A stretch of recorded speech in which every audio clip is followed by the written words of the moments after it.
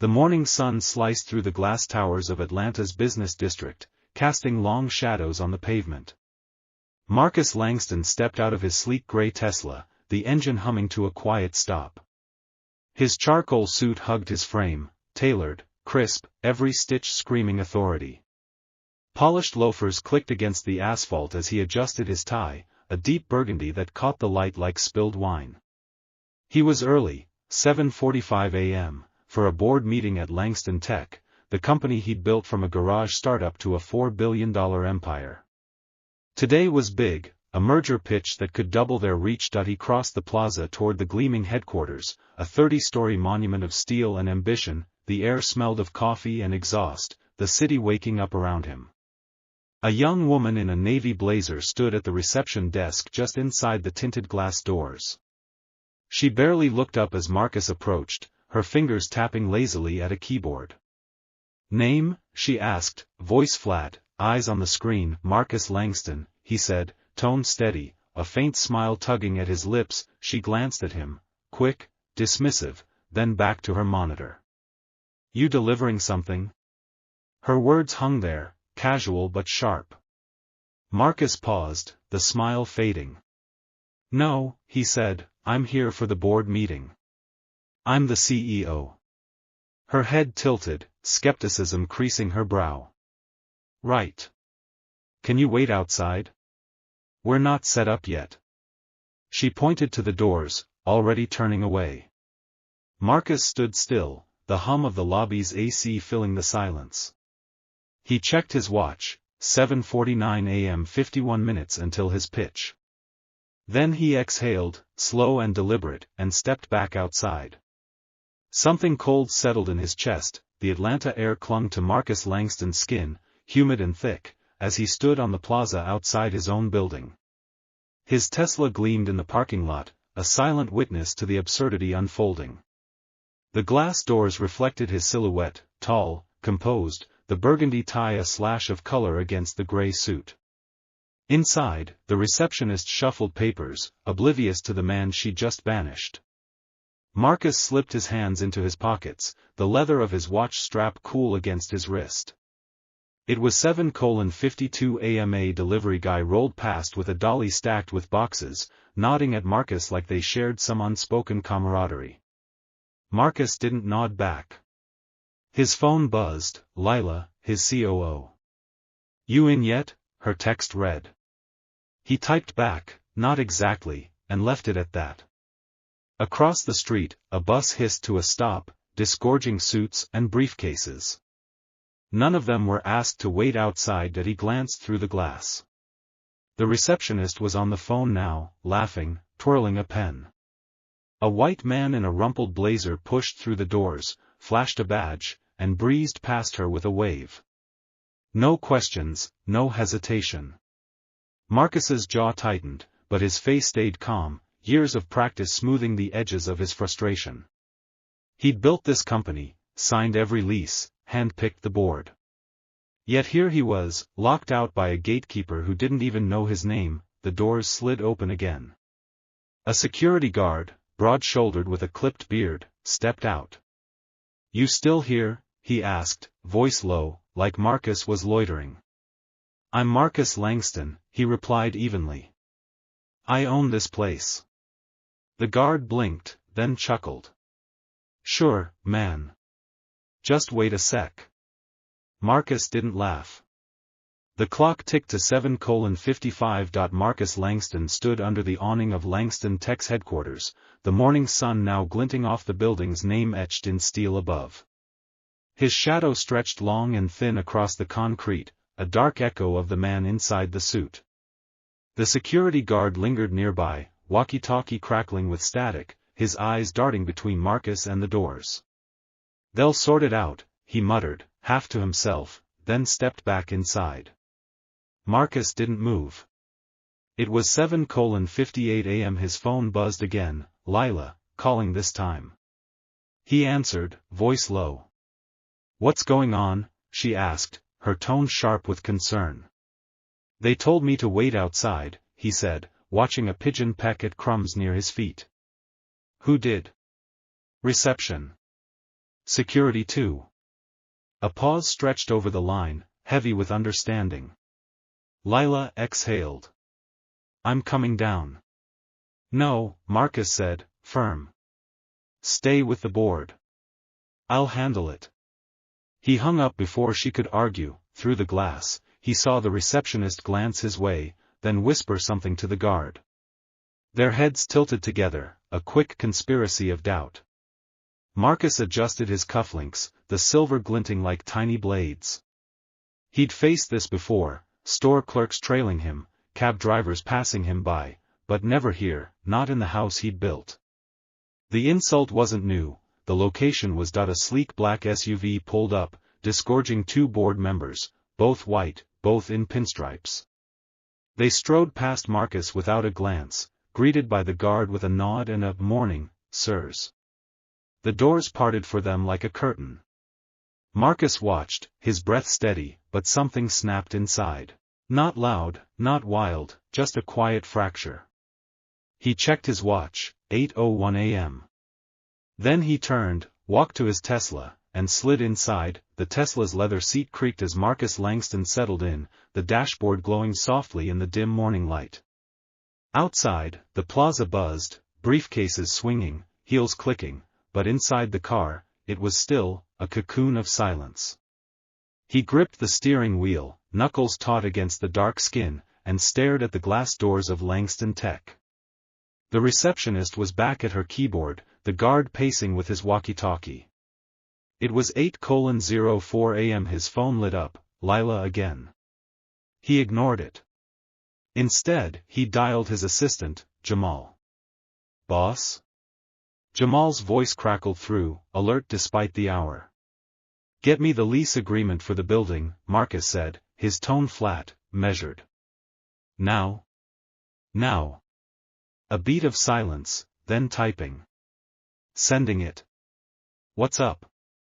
You'll see. He ended the call, opened the file on his phone, and scrolled. Clause 17b, termination rights. His lips pressed into a thin line. Through the windshield, he saw another board member arrive, a woman in a sharp blazer, waved through with a smile. Marcus's chest tightened. He'd poured 15 years into this company, late nights, scrapped code, handshake deals in dive bars.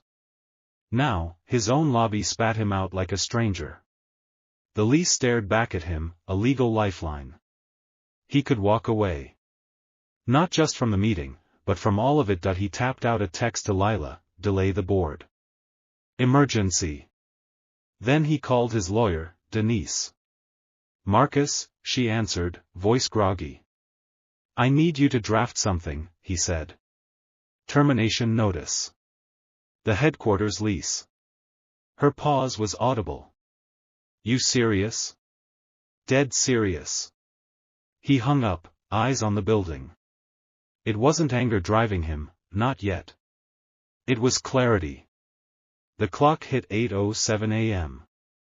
He shifted the car into drive. The Tesla purred through Atlanta streets, weaving past coffee carts and honking cabs, as Marcus Langston's mind churned faster than the engine. The city blurred outside, neon signs, brick facades, but his focus was razor-sharp. The lease termination wasn't a bluff, it was a guillotine. He'd signed that contract 5 years ago, ink still wet from a $50 million funding round. Now, it was a shackle he'd cut loose. It was 8:10 a.m. His phone rang, Lila, insistent. He answered on speaker. Marcus, what's emergency mean? The board's antsy. Her voice crackled with urgency. We're pulling out, he said, turning onto Peachtree Street. Out of the meeting? Out of the building. Silence swallowed the line. Then, you're not joking. No, he stopped at a light, watching a street vendor hawk newspapers. They locked me out, Lila. My own house. She exhaled, slow and jagged. What's the play? Shut it down. Move us. Today. Today? Her disbelief sharpened. We've got a merger pitch in 40 minutes. Then pitch it somewhere else, he said, voice like steel. Call Jamal, get the team on it. Find a new spot, hotel, co-working, whatever works. Lila didn't argue, she knew that tone. On it. Where are you? Driving.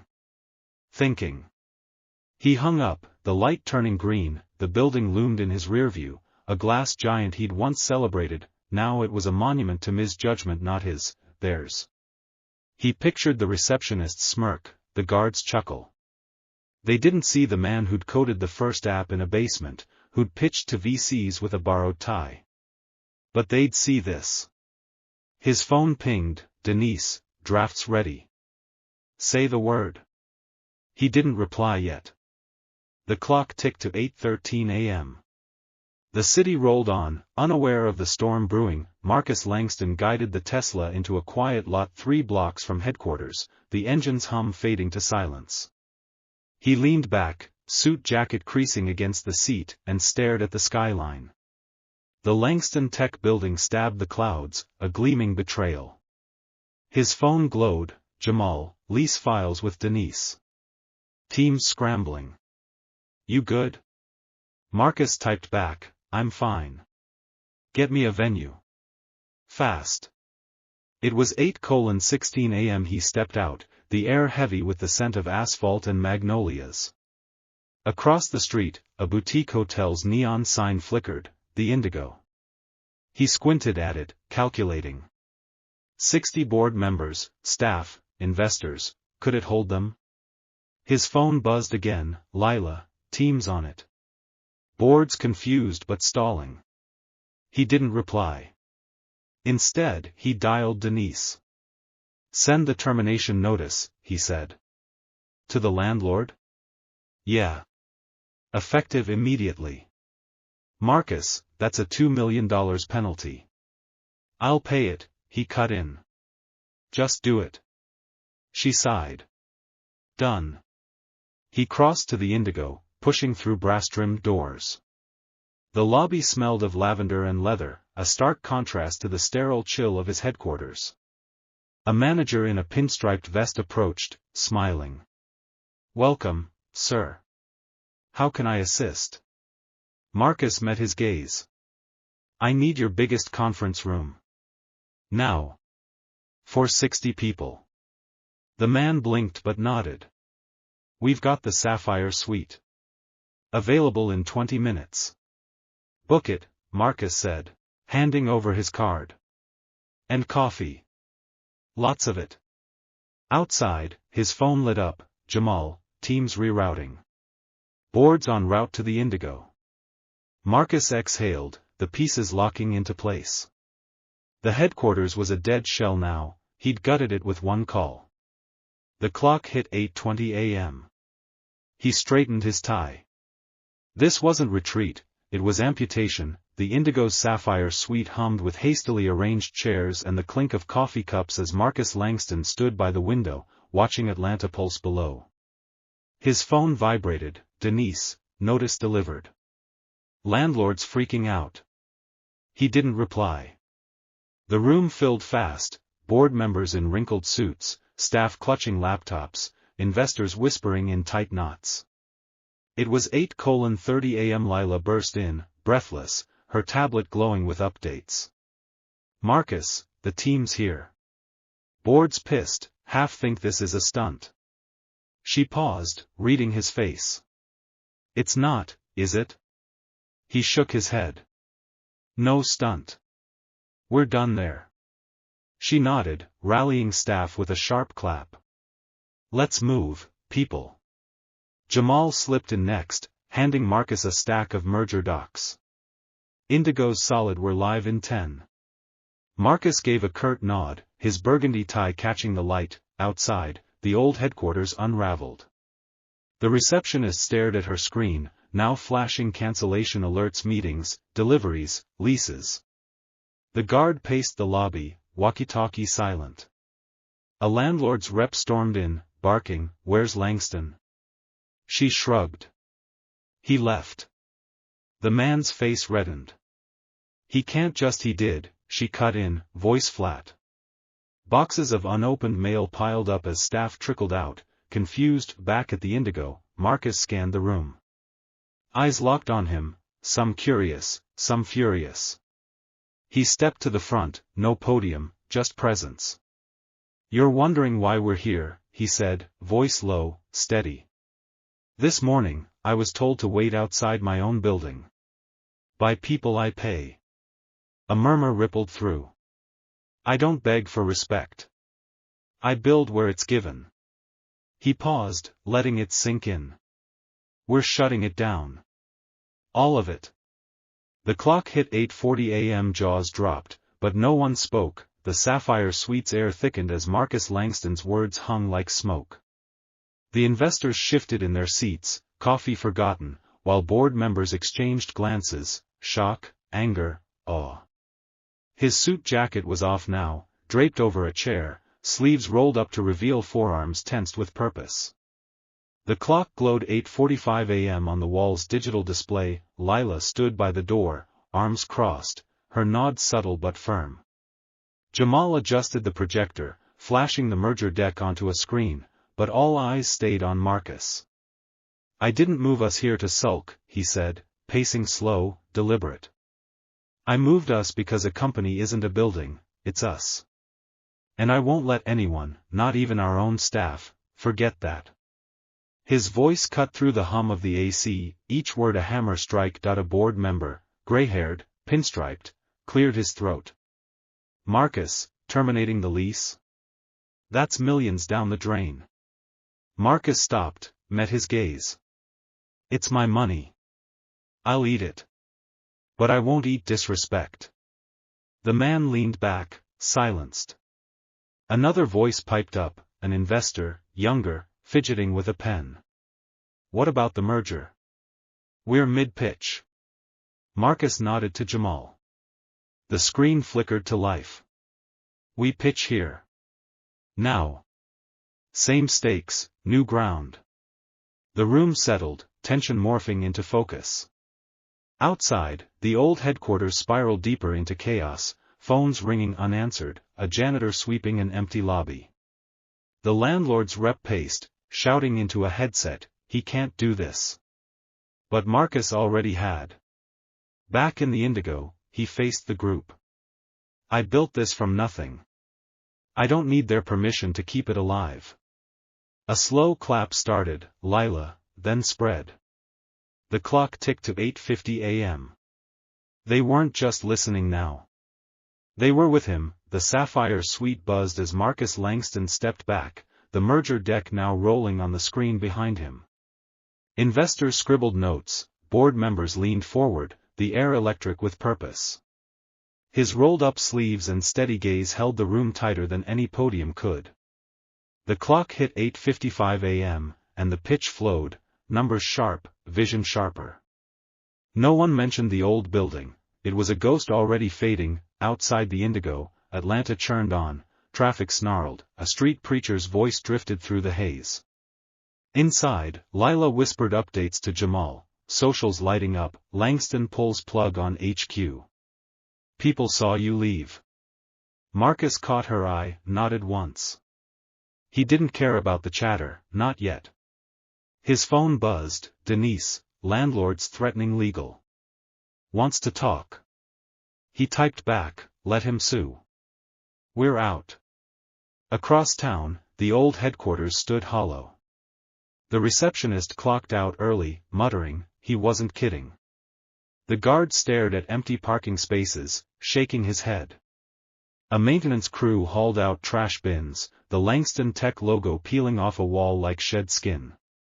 The landlord's rep slumped in a chair, phone dead in his hand, replaying Marcus's exit in his mind, calm, final, a door slamming shut without a sound. Back at the Indigo, the pitch wrapped. Applause broke out, crisp and loud. An investor approached Marcus, hand extended. "Hell of a move. Shows guts." Marcus shook it, said nothing. He stepped to the window, coffee cooling in his grip, and watched the city pulse. This wasn't about revenge, it was survival, his way. The clock ticked to 9 a.m. Lila joined him, quiet. They're calling it a power play. Marcus smirked faintly. It's not a play. It's who I am. The day stretched ahead, uncharted. Marcus Langston stood by the Sapphire Suites window, the Atlanta skyline softening in the late morning haze. The merger pitch had landed, handshakes sealed it, a $6 billion deal inked on borrowed tables.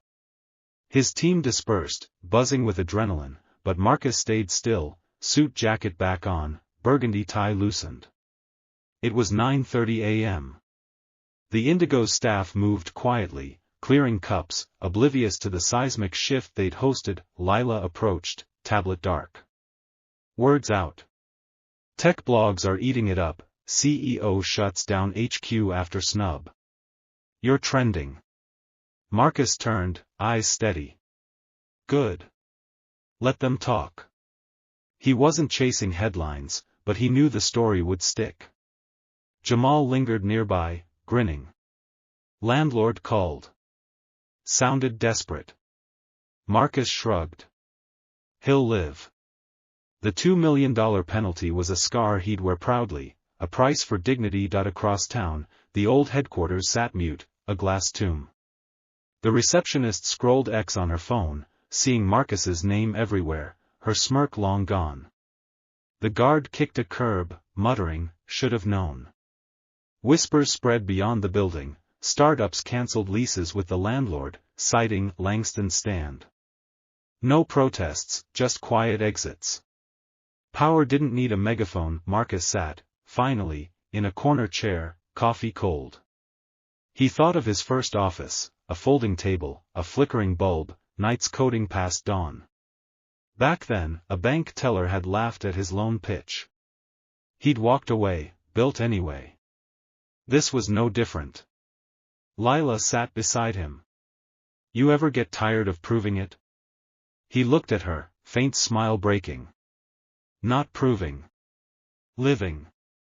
The room emptied, but his presence lingered, a lesson in walking away without bowing. Outside, the city roared on. Marcus stood, briefcase in hand. Let's keep building, he said. The clock hit 9:45 a.m. His story wasn't over, it was just louder now.